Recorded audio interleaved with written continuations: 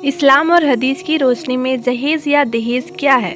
जहेज एक तरह की प्रथा है जो आजकल के समाज में एक धंधा सा बन गया है और ये धंधा बड़ी तेजी से फैल रहा है। जैसे जैसे महंगाई बढ़ रही है, जहेज की कीमत भी बढ़ती जा रही है।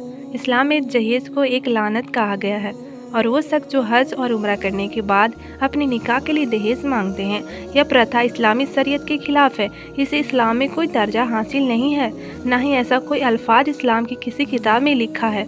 जहेज का मतलब, आज के ज़माने में जहेज का मतलब अपनी बेटी या दामाद को शादी के वक्त कुछ सामान या संपत्ति अपनी हैसियत के मुताबिक देना जहेज कहलाता है। इसका मतलब ये नहीं कि यह आपको देना ही है। अगर कोई लड़का या उसका परिवार किसी लड़की के माँ बाप से आगे रहकर कुछ मांग कर रहा है या उसका कुछ डिमांड कर रहा है तो यह इस्लाम में नाजायज़ है। ऐसा करने वाले शख्स की इस्लाम में कोई जगह नहीं। हर माँ बाप अपनी बेटी को कुछ न कुछ देने का शौक़ या जज्बा रखते हैं। अगर खुशी से दे रहे हैं तो कोई बुराई नहीं, लेकिन लड़के वालों की तरफ से फरमाइश करना या ऐसा कहना कि ये तो हमें यह चाहिए ही, सही नहीं तो शादी नहीं होगी, ये गलत कहना है। ऐसे करने वाले लोग क़यामत में खुदा के अजाब का शिकार बनेंगे। जहेज की लानत की वजह से आजकल कुछ गरीब माँ बाप लड़की के पैदा होने पर बहुत परेशान हो जाते हैं और लड़की के पैदा होने पर अफसोस जाहिर करते हैं, जबकि लड़की को खुदा का दिया हुआ एक तोहफ़ा है। अपनी बेटियों को एक बोझ ना समझे, उन्हें अल्लाह की दी हुई नेमत समझे।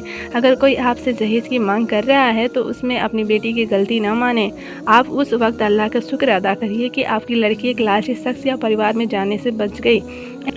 ऐसे घरों में शादी हरगिज़ ना करें जहां आपसे जहेज की मांग की जाए। क्या कहती है हदीस? एक हदीस के मुताबिक रहमत आलम पैगंबर हज़रत मोहम्मद सल्लल्लाहु अलैहि वसल्लम ने भी अपनी बेटी को घर गृहस्थी के कुछ सामान दिए थे। अगर माँ बाप थोड़ा बहुत सामान अपनी हैसियत के मुताबिक दे देते हैं तो इसमें कोई बुराई नहीं, लेकिन ऐसे सामानों की लड़के वालों की तरफ से फरमाइश करना गैर इस्लामिक है। इस्लाम में मेहर की बात ज़रूर की गई है जो कि लड़के वालों देते हैं। जहेज नाम का कोई शब्द इस्लाम में कहीं नहीं आया है। एक बाप अपनी बेटी को किसी और परिवार के हवाले कर रहा है, वही बड़ी बात है। बाकी कौन माँ बाप चाहते हैं कि अपनी बच्ची को उनकी आंखों से दूर रखें। आजकल के दौर में देखने में आता है कि लड़के वाले लड़के के लिए अच्छी खूबसूरत लड़की तलाशते हैं, भले ही लड़का कैसा भी हो, उनको लड़की खूबसूरत चाहिए। ऊपर से तरह तरह की फरमाइश करते हैं कि लड़की कितनी पढ़ी है। कहने का मतलब लड़के के स्टैंड के मुताबिक है भी या नहीं, चाहे लड़का आवारा ही क्यों ना हो या बेरोजगार हो। ऊपर से लड़की के माँ बाप की हैसियत भी देखते हैं कि बाप इतना जहेज देने के लायक है भी या नहीं। अगर नहीं है तो लोग उस घर में शादी नहीं करते, भले ही लड़की कितनी भी खूबसूरत या नमाजी परहेजगार हो। ऐसे लोगों को समाज को यह दिखाना होता है कि हमने इतने बड़े घर में अपने लड़के की शादी की है। लड़के के ससुर के पास इतने पैसे हैं तो लड़के के आराम ही आराम है। जो लड़की पहले देखी थी उसके घर के हालात सही नहीं थे, घर भी छोटा था और लड़की का बाप भी गरीब था, फलाना बातें। ऐसा करने से समाज की गरीब लड़कियों को शादी अच्छे घरों में नहीं हो पाती और ऐसी गरीब घर की नेक अखलाक लड़कियों का फिर ज़्यादा उम्र के नौजवानों से शादी करनी पड़ती है जो कि उन लड़कियों के काबिल नहीं होते। माँ बाप भी ऐसी लड़कियों की बढ़ती उम्र देखकर किसी से भी उनकी शादी करवाने को राज़ी हो जाते हैं। दहेज और हमारा समाज, आजकल देखने में आता है कि अगर लड़का डॉक्टर इंजीनियर है तो लड़के वाले उसके रुतबे के मुताबिक लड़की वालों से मन मर्जी जहेज की मांग करते हैं कि हमारा लड़का तो सरकारी अफसर है, इतना कमाता है तो हमें भी इतना जहेज चाहिए और बारातियों के लिए अच्छा खाना चाहिए, गाड़ी चाहिए, कैश पैसा चाहिए, फलाना बातें।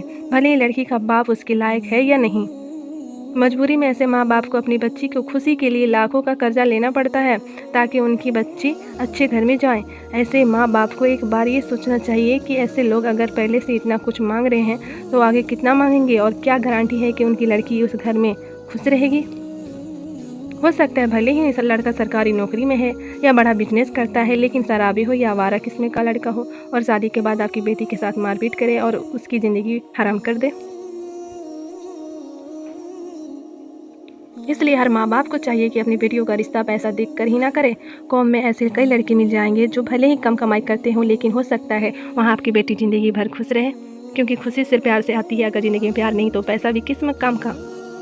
अगर दो लोगों में प्यार ही नहीं तो कोई कितना भी पैसे वाला हो वहाँ आपकी लड़की खुश नहीं रह सकती। दूसरी ज़रूरी बात, जब आप अपनी लड़की की शादी करें तो उसे एक बात ज़रूर बताएं कि हमने अच्छा लड़का देखकर तुम्हारी शादी की है और यही उम्मीद करते हैं कि यह लड़का तुम्हें ज़िंदगी भर खुश रखेगा। अगर ख़राब निकल जाता है तो घर के दरवाजे तुम्हारे लिए ज़िंदगी भर के लिए खुले हैं। यह जहेज ने ना जाने कितनी लड़कियों की ज़िंदगी तबाह करती है। ऐसे लोग जो लड़कियों के साथ जहेज के नाम पर उससे और उसके माँ बाप को परेशान करते हैं भले ही ज़िंदगी रहते बच जाएं, लेकिन खुदा से उन्हें कोई नहीं बचा सकता। जहेज़ के मामले में आपको क्या करना चाहिए? एक अच्छे और नेक लड़के या परिवार की यह पहचान है कि वो लड़की के घर वालों से जहेज़ की बिल्कुल बात न करे और लड़की के घर वालों को यही बोले कि हमें बस आपकी लड़की चाहिए, यही हमारे लिए बहुत बड़ी बात है। जहेज़ की बात पर बिल्कुल सख्ती से लड़की के बाप को मना करे कि हमें जहेज़ की ज़रूरत नहीं। इससे अगर कोई गरीब बाप का बोझ कम होता है और उसके चेहरे पर एक खुशी आती है तो वही खुशी आपको जन्नत के रास्ते तक ले जाएगी।